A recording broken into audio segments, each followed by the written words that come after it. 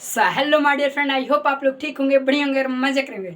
So friend, आज हम लोग का इंग्लिश स्पीकिंग का डे 14 है और आज के इस वीडियो में फ्रेंड हम लोग इंग्लिश स्पीकिंग से रिलेटेड कुछ ऐसे इंपॉर्टेंट स्ट्रक्चर सीखने वाले हैं जिसके थ्रू आप हिंदी के किसी भी सेंटेंस को इंग्लिश में ट्रांसलेट कर सकते हैं और उसके साथ आपको इंग्लिश स्पीकिंग में भी यूजफुल होगा। ये मैं आपको कह नहीं रहा हूँ, आप अभी सेंटेंस देखेंगे तो आपको गेस हो जाएगा कि हाँ ये इम्पॉर्टेंट है। Okay, so let start. Friend, पिछले वीडियो में हम लोग कितना 61 to 65 सीखे थे और आज के इस वीडियो में फ्रेंड हम लोग 66 to 70 सीखने वाले हैं। सबसे पहले देखें, आज हम लोग का डे 14 है। Okay friends, let's start. देखिए, जब हिंदी का कोई सेंटेंस ऐसा जाए जिसमें यह कहा जाए किसी काम या चीज़ से बेहतर क्या हो सकता है, तो वहाँ पे हम एक स्पेशल स्ट्रक्चर का यूज़ करेंगे जो मैं अपने से बनाया हूँ, और वो है it could be nothing better than plus verb का एनजी फॉर्म और नाउन। जैसे अंग्रेजी सीखने से बेहतर क्या हो सकता है, तो सबसे पहले ये यहाँ तक जहाँ तक प्लस लगा है ये पूरा ऐसे कैसे उतार लेंगे, फिर उसके बाद में वर्ब क्या हो रहा है वो यूज़ करेंगे, फिर उसके बाद में नाउन क्या है, मतलब वर्ब क्या है या नाउन क्या है वो यूज़ करेंगे। लेकिन पहले it could be nothing better than यहाँ तक वैसे के वैसे उतार देंगे। जैसे अंग्रेजी सीखने से बेहतर क्या हो सकता है, तो it could be nothing better than, फिर क्या, सीखने से, लर्निंग इंग्लिश। फोर्थ फॉर्म का मतलब होता है आईएनजी फॉर्म। अब 67 है, किसी को कोई काम करने में दिक्कत होती है या परेशानी होती है। जैसे कहते हैं मुझे अंग्रेजी सीखने में दिक्कत होती है, मुझे किताब पढ़ने में दिक्कत होती है, मुझे वहाँ जाने में परेशानी होती है, तो इन सब सेंटेंस को कैसे ट्रांसलेट करेंगे, तो इसके लिए मैं एक स्ट्रक्चर लाया हूँ और वो है समवन में सब्जेक्ट होगा, सब्जेक्ट में ही she it you they we ये होगा, फिर उसके बाद में फाइंड या finds it difficult to work का फर्स्ट फॉर्म। देखिए, फाइंड का यूज करेंगे प्लूरल सब्जेक्ट के साथ और फाइंड्स का यूज करेंगे सिंगुलर सब्जेक्ट के साथ।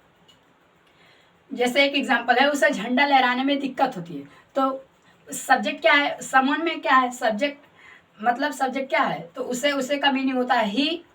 फिर ही के साथ हम क्या यूज करेंगे, फाइंड या फाइंड्स, क्योंकि ये सिंगुलर है तो सिंगुलर सब्जेक्ट के साथ यस जो लगा है वो यूज करेंगे, तो he finds it difficult to. फिर क्या करने में, वर्ब क्या हो रहा है, लहराने में, तो पॉपेल।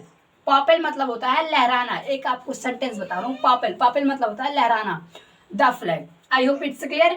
अब 68 है, जब किसी को कुछ मुँह ज़बानी याद हो, तो वहाँ पे हम एक स्पेशल स्ट्रक्चर का यूज़ करेंगे और वो है something helping verb at someone's finger tips. Something में कोई चीज़ होगा, फिर उसके बाद में समवन में कोई सब्जेक्ट होगा। जैसे मुझे यह कविता मुँह ज़बानी याद है, मुझे यह मैथ का फार्मूला मुँह ज़बानी है याद है, मुझे यह लोकेशन मुँह ज़बानी याद है। तो इन सब सेंटेंस को कैसे ट्रांसलेट करेंगे, केवल आपको ये स्ट्रक्चर याद करना है, इसके थ्रू ही ट्रांसलेट कर सकते हैं। ये मैं आपको गारंटी के साथ कह रहा हूँ। जैसे एक एग्जाम्पल है, यह कविता मुझे मुँह ज़बानी याद है, तो आप इसको ट्रांसलेट कीजिए, देखिए कैसे आएगा। सबसे पहले समथिंग में क्या है, दिस पोएम, फिर उसके बाद में हेल्पिंग वर्ब का यूज़ करेंगे इज, फिर एट, फिर किसे याद है, मुझे, तो my finger tips. This poem is at my finger tips, मतलब यह कविता मुझे मुँह ज़बानी याद है। आई होप इट्स क्लियर। तो आपको एक सेंटेंस दे रहा हूँ, इसको ट्रांसलेट कीजिए और कमेंट बताइए इसका ट्रांसलेट क्या होगा। मुझे मैथ का फार्मूला मुँह ज़बानी याद है, कमेंट बताइए, मैं देखना चाहता हूँ कितने लोगों को समझ में आ गया है। अब 69 है, कोई किसी चीज़ से अनजान है, उसे पता नहीं है, तो वहाँ पे हम एक स्पेशल स्ट्रक्चर का यूज़ करेंगे और वो है someone helping verb ignorant unaware of something. Someone में सब्जेक्ट होगा, हेल्पिंग वर्ब में इज आर एम होगा, और उसके बाद में इग्नोरेंट या अनवेयर मतलब अनजान, आप समथिंग मतलब कोई चीज़ होगा। जैसे वह राधा के प्रेम से अनजान है, तो समवन में क्या है, वह का मीनिंग होता है ही, फिर हेल्पिंग वर्ब होगा इज, फिर इग्नोरेंट या unaware, ignorant of Radha love. I hope it's clear. Okay, 70 है, किसी व्यक्ति या चीज़ को ऐसी की तैसी करना या मजाक उड़ाना। जब कोई व्यक्ति होगा तो मजाक उड़ाना, और कोई चीज़ होगा तो ऐसी की तैसी करना मतलब खराब कर देना। जैसे तुम्हें साइकिल को ऐसी की तैसी नहीं करनी चाहिए। तो सबसे पहले स्ट्रक्चर बता दे रहा हूँ, भूल गया था। स्ट्रक्चर है मेक मोकरी ऑफ समवन और समथिंग। जब कोई सब्जेक्ट होगा, चीज़ होगा, तो उसके साथ हम समथिंग का यूज़ करेंगे और फिर उसके बाद में समवन में सब्जेक्ट का यूज़ करेंगे। जैसे तुम्हें साइकिल की ऐसी की तैसी नहीं करनी चाहिए, तो यू शुड नॉट, फिर उसके बाद में मेक मोकरी ऑफ, फिर समवन है या समथिंग है, मतलब कोई चीज़ है या व्यक्ति है, तो